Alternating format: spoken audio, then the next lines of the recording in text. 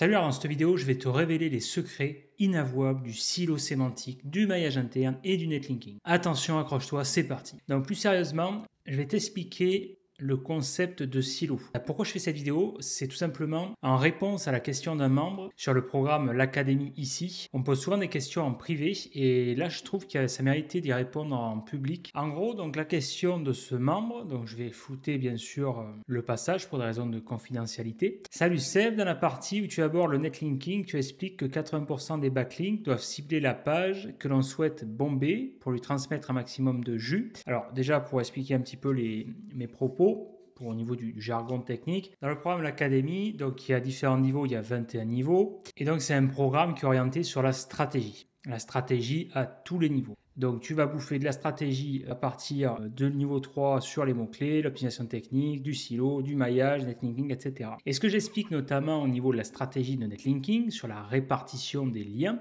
c'est que 80% des liens, alors 80% encore une fois ne raisonne pas en termes de valeur absolue, c'est plus pour donner une tendance. En gros, la majorité du netlinking doit porter, à mon sens, par expérience, sur ce que j'appelle les pages à bomber. Les pages à bomber, en fait, ça fait référence à ce qu'on appelait le Google bombing à l'époque, ou comme son l'indique, tu vas chercher à bomber, en gros, tu vas matraquer, tu vas faire, ou ce qu'on appelle également un blast. L'idée, c'est qu'en gros, tu vas chercher à créer un maximum de liens entrants vers cette page-là. Pourquoi? Pour augmenter la popularité, ce qu'on appelle la popularité brute au niveau quantitatif, donc le PageRank original. Et en gros, jouer pareil sur les encres pour jouer sur le PageRank thématique. Donc ça, c'est pour situer le contexte. 80% des backlinks doivent cibler la page que l'on souhaite bomber pour lui transmettre un maximum de jus. Donc jus, j'entends par là à deux niveaux, le PR brut, le PageRank brut, l'aspect quantitatif et le PageRank thématique. Alors je te dis pas de faire ça appliqué au pied de la lettre, je te partage en tout cas un retour d'expérience de ce pourquoi moi ça a marché de mon côté, c'est ma propre méthodologie que j'ai développée par mes propres soins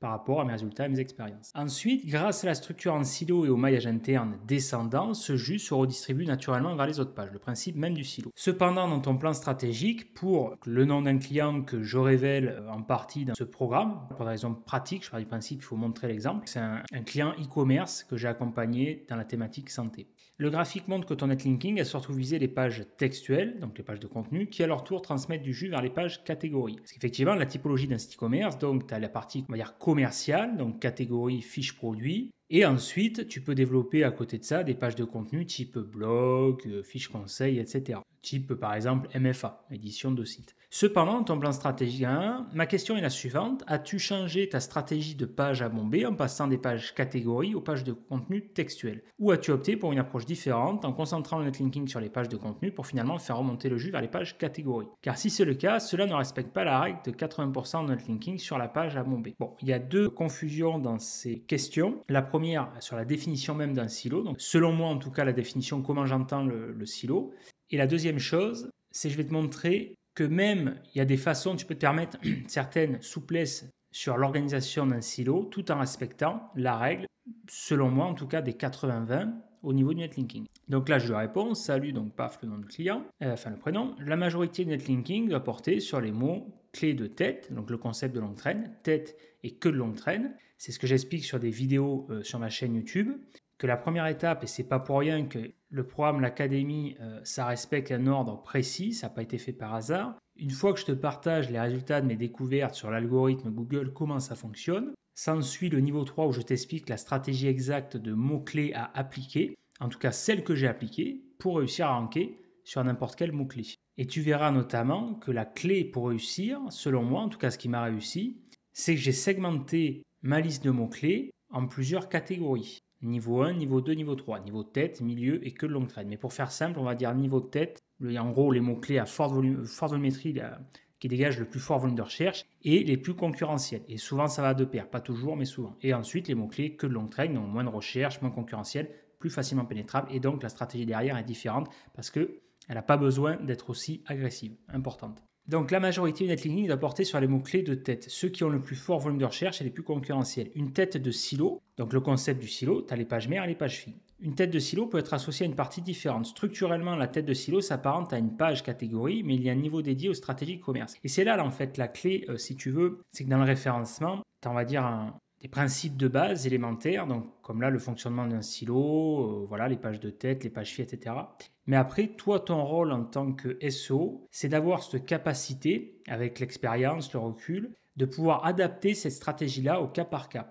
Et notamment sur les sites e-commerce, tu as des stratégies qui sont, on va dire, particulières ou adaptées. Et c'est pas pour rien que si tu veux, dans l'académie, dans les 21 niveaux, j'ai carrément dédié le niveau 15 aux stratégies spéciales e-commerce. C'est-à-dire qu'en fait, là, ce que je te partage dans ce niveau-là, c'est toute l'expérience et les résultats que j'ai obtenus dans les sites e-commerce. C'est pour ça que je donne l'exemple d'un client dans la thématique santé, pour te montrer que, forcément, c'est des stratégies plus avancées, mais c'est surtout des stratégies adaptées à cette typologie de site-là. D'accord ? Et là, ce que j'ai fait dans cet exemple, d'où la question de ce membre, c'est que j'ai déporté en fait le silo. Alors je m'explique. Le concept de silo, c'est d'avoir une page de tête fortement maillée et des pages filiées entre elles. Le silo n'est pas obligé de respecter la structure de l'arborescence. Ce qui définit un silo, c'est avant tout son maillage. Et ça, c'est très important parce que c'est une erreur courante qui peut se comprendre, c'est normal.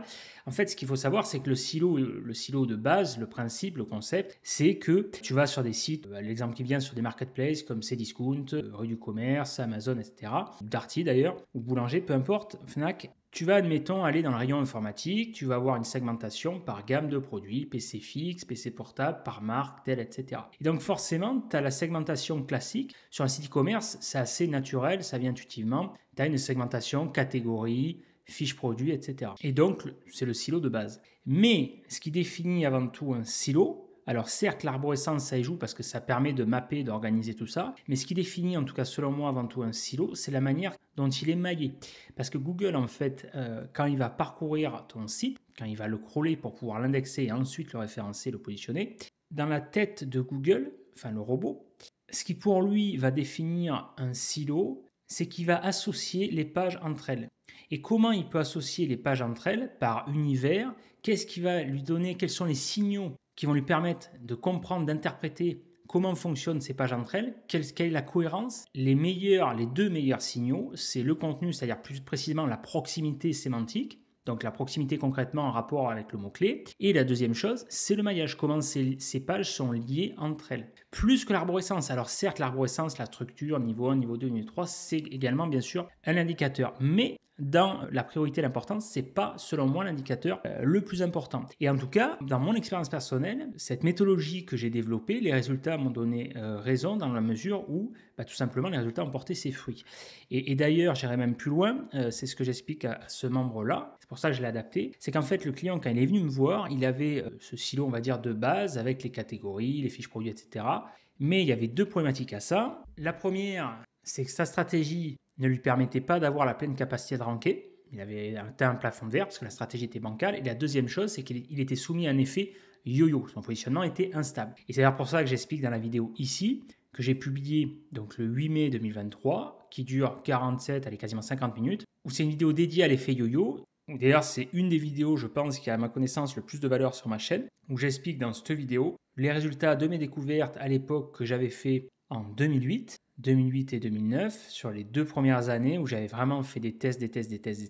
En fait, je m'étais rendu compte que ma stratégie de base la première année n'était pas bonne. Les résultats étaient soumis à un effet yo-yo, pareil. Les résultats n'étaient pas assez bons, ça ne permettait pas d'atteindre les premières positions. Et deuxième problème, c'est non seulement ça ne permettait pas d'atteindre les premières positions, mais en plus, ça ne permettait pas, dans le cas où ça permettait d'atteindre les premières, de maintenir de manière viable et stable dans le temps. Donc j'ai revu toute la stratégie et c'est là que je me suis rendu compte justement de l'importance d'appliquer les bonnes stratégies. D'accord ? Et c'est ce que je révèle justement dans cette vidéo, ce qui m'a permis de passer un cap. Alors il y en a eu plusieurs bien sûr, mais notamment ça a été un cap, on va dire, stratégique charnière, c'est le cas de le dire. Et j'insiste là-dessus parce que c'est important, le concept de silo, pour moi, c'est d'avoir une page de tête fortement maillée entre elles. Et c'est pour ça que d'abord, on commence, en tout cas dans le programme, mon programme a été développé comme ça, l'académie, on commence le niveau 5, le silo, on parle d'abord du silo, ensuite on parle du maillage interne, et ensuite du netlinking. Parce que le silo, ça sert de terre fertile au maillage, il y a une stratégie, et le maillage, pareil, on va finir l'optimisation, on va dire on-site sur le site, et ensuite ça permettra d'attaquer le netlinking. Mais ça ne sert à rien, en tout cas c'est contre-productif d'attaquer le netlinking si toutes ces étapes-là ne sont pas correctement bonnes. Okay, donc voilà, permets-toi une certaine souplesse dans le silo, notamment pour des sites e-commerce. Et alors justement, je disais ce que tu appelles les pages texte, donc bon, ça correspond aux fiches conseils dans cet exemple. Google préfère les pages de contenu pour ranker sur des gros mots-clés, mais ça dépend de l'intention de recherche et de la SERP. C'est-à-dire qu'en fait, si tu veux, si tu prends des requêtes comme achat iPhone ou tu as vraiment une intention d'achat qui est forte, forcément Google aura tendance à privilégier, pour des raisons logiques, des pages type commercial, catégorie, fiche produit, surtout catégorie, notamment pour les marketplaces. Mais par contre, en fonction de la nature des mots-clés, l'intention de recherche ne va pas forcément être la même. Alors tu peux avoir, quand Google ne sait pas trop, il va avoir une richesse de résultats, ce qu'on appelle la recherche universelle, sans forcément parler de la diversité des formats, mais tu peux avoir une diversité de supports, tu vois, pas forcément des formats vidéo, texte, shopping, etc. Mais tu peux avoir des résultats marketplace, des résultats site e-commerce catégorie, tu peux avoir des résultats fiches conseils plutôt site MFA, blog, etc. Tu vois. Mais quand Google ne sait pas trop où, sur des mots-clés de tête, en ce que j'appellerais en requête un petit peu passive, commerciale, la stratégie qui a, en tout cas pour moi, qui a donné vraiment porté ses fruits, qui permet non seulement d'atteindre plus facilement la première position, sur des mots-clés donc concurrentiels à forte recherche, comme sur les mots-clés de santé, et qui permet de viabiliser le positionnement, c'est d'attaquer ces requêtes avec la typologie de page attendue, des pages de contenu type blog, MFA. Surtout, alors là je ne vais pas rentrer dans le détail, mais ce que j'explique dans les programmes, c'est qu'il y a des manières, on va dire, assez subtiles de faire en sorte de partir d'une typologie de page de contenu type page blog, informationnelle donc, et ensuite de faire quelques glissements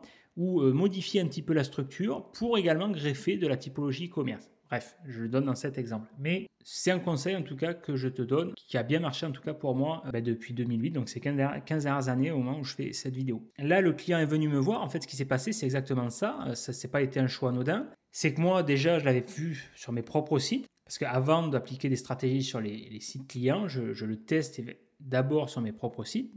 Donc j'avais des sites e-commerce, enfin j'ai toujours, même si j'en ai vendu certains, mais j'avais des sites justement qui se positionnaient, c'était exactement ce qui était passé, où au départ, il y a la partie commerciale, donc il y avait des fiches produits, et ensuite les catégories, mais surtout les fiches produits qui se positionnaient très bien, enfin en première position, donc c'était très bien.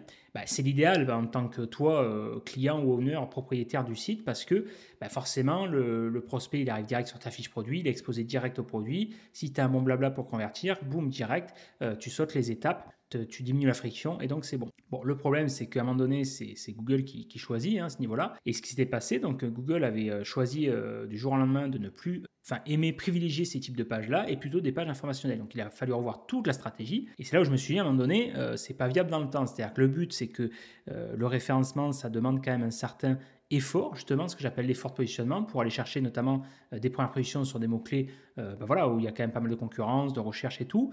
Donc, le but du jeu, c'est que tous ces efforts-là que tu as fait, c'est ensuite d'avoir un phénomène d'inertie, de capitaliser dans le temps. Parce que si tu dois revoir tous les 4 matins la stratégie, c'est pas viable, c'est pas rentable. Enfin, c'est rentable, mais bon, bref, tu as compris, la marge est moins bonne. Et donc, c'est parti de ce constat-là que j'ai réadapté la stratégie pour mon propre site. J'ai vu que les résultats étaient non seulement probants, c'est-à-dire que ça a permis d'atteindre de nouveau la première position de manière plus facile, une fois que toute la stratégie a été revue, et surtout, ça a été beaucoup plus viable dans le temps. C'est pour ça que j'ai appliqué ça sur les sites clients e-commerce. Et donc, le client, quand il était venu me voir, donc site commerce, c'est exactement ce qui se passait. Il rankait, alors il n'était pas en première position, il rankait, je ne sais pas, grosso modo, aller dans les deuxième pages, ou des fois il arrivait, bon an, mal an, à arriver atteindre la fin de première page. Et mais par contre, voilà, c'était pas viable, ça yoyotait, etc. Et donc c'était avec le silo classique, catégorie, fiche produit.